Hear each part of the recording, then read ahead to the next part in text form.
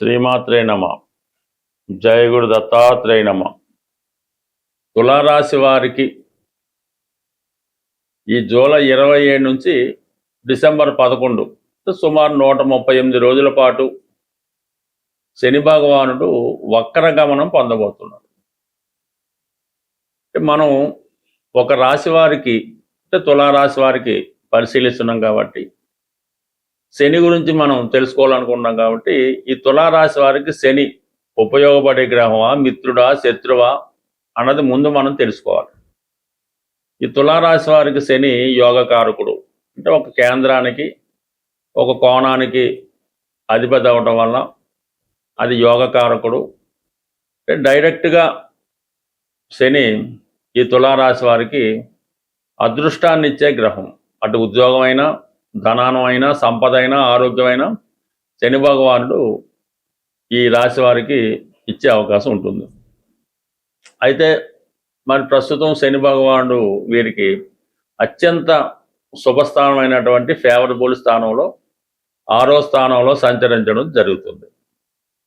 So దానివల్ల అటు cinema రంగంలో ఉన్న వాళ్ళకి, రాజకీయ రంగంలో ఉన్న వాళ్ళకి, ఆల్ సెలబ్రిటీస్కి శని భగవానుడు చాలా ఫేవర్గా ఉండడం వల్ల ఎక్కడికెళ్ళినా విజయ అవకాశాలు చాలా బలంగా ఉన్నాయి.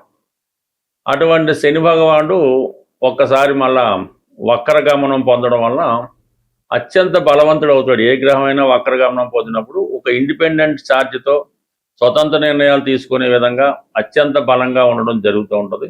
అయితే అప్పుడు 5వ స్థానం మీద కూడా, అంటే వక్రగమనం పొందడం వల్ల వెనుక భావం మీద తన ప్రభావాన్ని చూపిస్తాడు. అంటే 5వ భావం మీద ప్రభావం చూపుతుంటాడు. సో 5వ భావం అన్నది ఏంటంటే ఒక విధంగా మరి పూర్వపుణ్య స్థానం. గతంలో మనం చేయనటువంటి పాపపుణ్యాలు ఈ జన్మలో అనుభవించే విధంగా ఆ పంచమ భావంలోకి వచ్చినటువంటి గ్రహం యాక్ట్ చేస్తుంటుంది. అది ఒక విధంగా దశమానికి అష్టం అవటం వల్ల మరి ఎవరైతే తులారాశి వాళ్ళు ఉన్నారో ఈ జూలై 27 గుర్తుపెట్టుకోండి, మళ్ళీ డిసెంబర్ 11 మధ్యలో మీ ఉపాధి అవకాశాలు కోల్పోయే అవకాశం ఉన్నది. అంటే ఉద్యోగం చేస్తున్న వాళ్ళు ఉద్యోగం పోగొచ్చు, వ్యాపార పరంగా చేసుకున్న వాళ్ళకి వ్యాపారంలో నష్టం రావచ్చు, సినిమా రంగంలో ఉన్న వాళ్ళకి, మీడియా రంగంలో ఉన్న వాళ్ళకి కొన్ని అనుకోని నష్టాలు, ఫ్లాపులు లాంటివి రావడం వల్ల కొద్దిగా ఇబ్బంది పడే అవకాశం ఉన్నది. అది షేర్ మార్కెట్లో ఉన్న వాళ్ళు కూడా చాలా జాగ్రత్తగా నిర్ణయాలు తీసుకోవాల్సి ఉంటుంది. అలాగే పెళ్లి సంబంధించిన విషయంలో, అంటే పంచమంలో ఉన్నటువంటి శని సప్తమాన్ని చూస్తాడు. సప్తమం శనికి నీచస్థానం అవుతుంది. అందువలన ఇప్పుడు పెళ్లి విషయంలో మీరు తీసుకునే నిర్ణయాలు సరిగ్గా ఉండకపోవచ్చు. ఆల్రెడీ కుదిరిన పెళ్లి సంబంధాలు తప్పిపోయే అవకాశం ఉంది.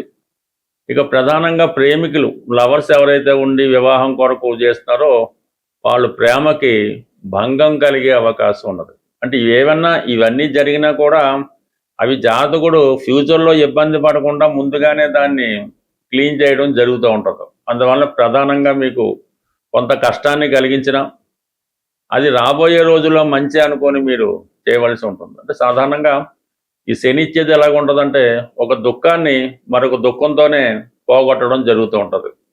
ముళ్ళుని ముళ్ళుతో తీయాలన్నట్టుగా శని భగవానుడు కష్టపెట్టి మాత్రమే మీకు సుఖాన్ని ఇవ్వడం జరుగుతుంది. మీరు ఎంత కష్టపడితే మీకు అంత సుఖాలు కూడా రావడం జరుగుతుంటుంది. సో ఇది ప్రధానంగా ఈ శని వక్రగమనించినప్పుడు ఇబ్బందులు. ఇంకోటి ప్రధాన విషయం ఏంటంటే ఎవరైతే ప్రెగ్నెన్సీతో ఉన్నటువంటి స్త్రీలు ఉన్నారో వారు కూడా ఈ శని వక్రగమనం ఉండేటప్పుడు మరి తగు విధమైనటువంటి ప్రికాషన్స్, జాగ్రత్తలు తీసుకోవాల్సి ఉంటుంది. ఎందుకంటే 5వ స్థానంలో 2 పాపగ్రహాలు ఉన్నప్పుడు అబార్షన్స్ లాంటివి రావచ్చు, కన్సీవ్ అవ్వడం కష్టం అవ్వచ్చు. కాబట్టి తగు విధమైనటువంటి వైద్య సహకారాలు లాంటివి తీసుకోవడం జరుగుతుంది. అయితే మీరు ఎంత క్రమశిక్షణతో అటు ఆహార విషయాల్లో కానీ, దైవభక్తి విషయంలో కానీ, సాంప్రదాయాలు పాటించడంలో కానీ పర్ఫెక్ట్గా ఉంటే మాత్రం మీకు ఎటువంటి ఇబ్బంది రాదు. పైపెచ్చు గతంలో దూరమైనటువంటి ప్రేమని తిరిగి పొందొచ్చు. ఏదో కారణమైన దూరమైనటువంటి సంతానం తిరిగి మీ ప్రేమని పొందే అవకాశం ఉంటుంది. సో ఏదైనా గతంలో పోగొట్టుకున్నటువంటి నష్టం, షేర్ మార్కెట్లోనో ఎవరికైనా అప్పిచ్చో ఏదో విధంగా పోగొట్టుకున్న నష్టాన్ని కూడా తిరిగి పొందే అవకాశం ఉంటుంది. బట్ ఏదైనా పంచమంలో 2 వక్రగ్రహాలు విపరీతమైనటువంటి మార్పులు చాలా ఇమీడియట్గా రావడం జరుగుతుంటుంది. ఏదైనా మీరు తీసుకునే నిర్ణయం బట్టి మీలో నిజాయితీని బట్టే ఆధారపడి ఉంటుంది. బట్ ఏదైనా శని భగవానుడు ప్రస్తుతం 6వ స్థానంలో ఉన్నటువంటి ఫలితాలతో పాటు 5వ స్థానంలో రాబోతున్నాడు కాబట్టి కేవలం అది మీ నిర్ణయం, మీ ఆలోచన బట్టి మాత్రమే ఫలితం ఆధారపడి ఉంటుంది. బట్ ఏదైనా మరి తులారాశి వారు శనికి తగు విధంగా పరిహారం చేసుకొని క్రమశిక్షణతో నియమంగా ఉంటే మీకు నెగిటివ్ కూడా పాజిటివ్గా మారే అవకాశం ఉంటుంది. ఎందుకంటే శని మీకు యోగకారకుడు కాబట్టి పెద్దగా భయపడే పనేదే లేదు. తప్పు చేస్తే మాత్రం భయపడవలసి ఉంటుంది. శని భగవానుడు అంటే శని ఏ రూపంలో అయితేనే అర్ధాష్టమ శని, అష్టమ శని, ఏలినాటి శని, ఈ విధంగా తన యొక్క అంటే శని 12 రాశులు మారడానికి 30 సంవత్సరాలు పడుతుంది. ఒక రాశి 2.5 సంవత్సరాలు. అంటే 30 సంవత్సరాల్లో కేవలం 7.5 సంవత్సరాలు మాత్రమే శుభ ఫలితం ఇవ్వడం జరుగుతుంది. మిగతా 22 సంవత్సరాలు కూడా జాతకుని ఏదో విధంగా ఏదో భావాన్ని బట్టి ఆ క్రమశిక్షణతో స్ట్రగుల్ ఇవ్వడం జరుగుతుంటుంది. అయితే శని పెట్టినటువంటి ఇబ్బందులు అంటే శని ఇబ్బందులు అనడం కన్నా శని ఇచ్చే అవకాశాలు ఉపయోగించుకోవడం అన్నది చాలా ఈజీ మాట. మీరు చేయవలసిందల్లా అత్యంత క్రమశిక్షణతో మన సాంప్రదాయాలు పాటిస్తూ పెద్దలు పెట్టిన నియమాలు పాటిస్తూ ఎప్పుడన్నా సరే ఎర్లీ మార్నింగ్ బ్రహ్మముహూర్తంలో లేగడం అన్నది అందరికీ సాధ్యం కాకపోవచ్చు. సూర్యోదయానికన్నా ముందు నిద్ర లేవడం, మధ్యాహ్నం నిద్ర అంటే అది ముసలి వాళ్ళకి రోగులకి ఎగ్జాంపుల్ ఉంటుంది తప్ప మధ్యాహ్నం అనేది నిద్ర ఎట్టి పరిస్థితుల్లో కూడా నిద్రపోవద్దు. ఈ విధంగా ముందు ఈ క్రమశిక్షణ పాటించడం, ప్రతిరోజు కూడా మీ యొక్క కుల ఆచార ప్రకారం దైవనామ స్మరణ చేసుకోవడం, కుటుంబంలో పెద్దల్ని గౌరవించడం. అంటే మెయిన్గా శని యొక్క మీకు ఎంత ఇబ్బంది పడి జన్మశని అయినా అవనవండి, అప్పుడు మీరు ఏం చేయాలంటే అనాథ శరణాలయంలో ఉన్నటువంటి వృద్ధులు, ఇప్పుడు చాలామంది అక్కడ చేయించేస్తున్నారు కదా, అక్కడ ఉన్నటువంటి వృద్ధుల్ని అంటే సేవించడం అంటే పూర్వంలాగా ఏమి కాళ్ళు నొక్కడం అదేం చేయక్కర్లేదు. మీరు వాళ్ళకి అడిగి మీకు ఏంటి బాబు అవసరం, మీకు ఏమైనా బిస్కెట్లు కావాలా, లేదంటే ఎన్నో మంచీలు తాగుతారా, లేదంటే ఎన్నో మందులు తెచ్చి పెట్టాలా, అంటే వాళ్ళకి ఏదైనా ఇలాంటి సేవ చేయడం మీకు ఇష్టమైతే వాళ్ళకి ఫిజికల్గా కూడా సేవ చేయొచ్చు. ఈ అంటే మరి ఈ సత్యసాయిబాబా ఉన్నప్పుడు ఈ నారాయణ సేవ అని వాళ్ళు ఈ బాబా డెవోటీసు ప్రతి వారం ఈ నారాయణ సేవని చేస్తుండేవారు, ఈ సత్యసాయిబాబా డెవోటీస్ వాళ్ళు.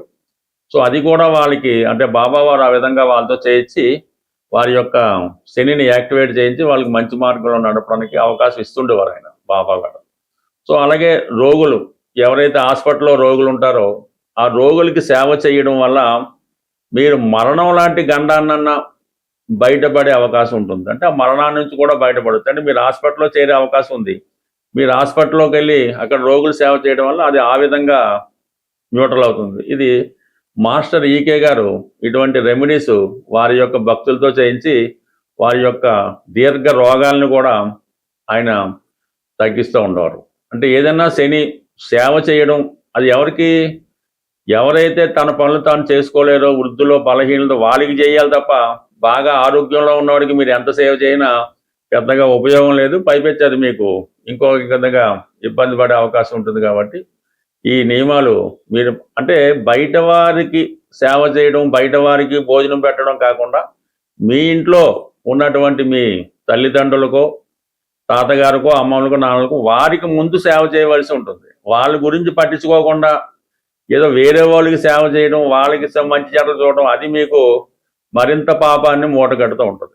ముందు మీ ఇంట్లో ఉన్నటువంటి వృద్ధులకు ఎటువంటి కష్టం రాకుండా చూడటం, వారికి ఏదైనా అవసరం వచ్చినప్పుడు ఆత్మీయంగా వాళ్ళని పలకరించడం, అవసరమైతే వాళ్ళకి ఫిజికల్గా సేవ చేయడం, వాళ్ళ అవసరాలకి మంచి దుప్పటం, మంచి పడక ఏర్పాటు చేయడం, శుభ్రమైన ఆహారం పెట్టడం, వాళ్ళు పడుకునేలాగా మంచి పడక ఏర్పాటు చేయడం, వాళ్ళకు రూమ్ ఏర్పాటు చేయడం, ఇవన్నీ చేయడం వల్ల మీకు 100% అంటే ఈ శని భగవానుడు కేవలం తన ప్రభావాన్ని మీ మీద కాకుండా కుటుంబం మొత్తం మీద ప్రభావం చూపుతుంటాడు. అంటే మీరు చేసేది తల్లిదండ్రులకు పెద్దవాళ్ళకు సేవ చేస్తే రేపు మీ సంతానం మీకు సేవ చేయడం జరుగుతుంటుంది. ఇది ఏదైనా శని కర్మకారకుడు, మీ కర్మల్ని బాధ్యతల్ని కరెక్ట్గా చేస్తే మీరు ఏ దేవాలయానికి వెళ్ళక్కర్లేదు, ఏ దాన ధర్మాలు చేయక్కర్లేదు, ఏ పుణ్యక్షేత్రాలు దర్శించక్కర్లేదు. మీ పెద్దవారిని సేవ చేస్తూ అలాగే ఇతరులకు కూడా ఇబ్బందులు లేకుండా చూడడం. కేవలం మీ పని వాళ్ళు కూడా ఉంటారు, మీ డ్రైవర్లు ఉంటారు, ఇంట్లో పనిచేసే వాళ్ళు ఉంటారు, వాళ్ళ పట్ల కూడా వినయ విధేయతలతో వాళ్ళ అవసరాలు ఏమైనా ఇబ్బందులు ఉంటే వారి అవసరాలు తీర్చడం వల్ల కూడా మీకు ఈ శని యాక్టివేజ్ ఉంటుంది. అలాగే మీ యొక్క వ్యాపార వ్యవహారాలు కూడా చాలా అనుకూలంగా రావడం జరుగుతుంటుంది. బట్ ఏదైనా శనిని కంట్రోల్ చేసే శక్తి మీ చేతుల్లోనే ఉంది. అది మీరు ఎంత కష్టపడి చేసుకుంటే మీ యొక్క అభివృద్ధి, ఆరోగ్యం, ఐశ్వర్యం అంత అనుకూలంగా ఉంటుంది. స్వస్తి.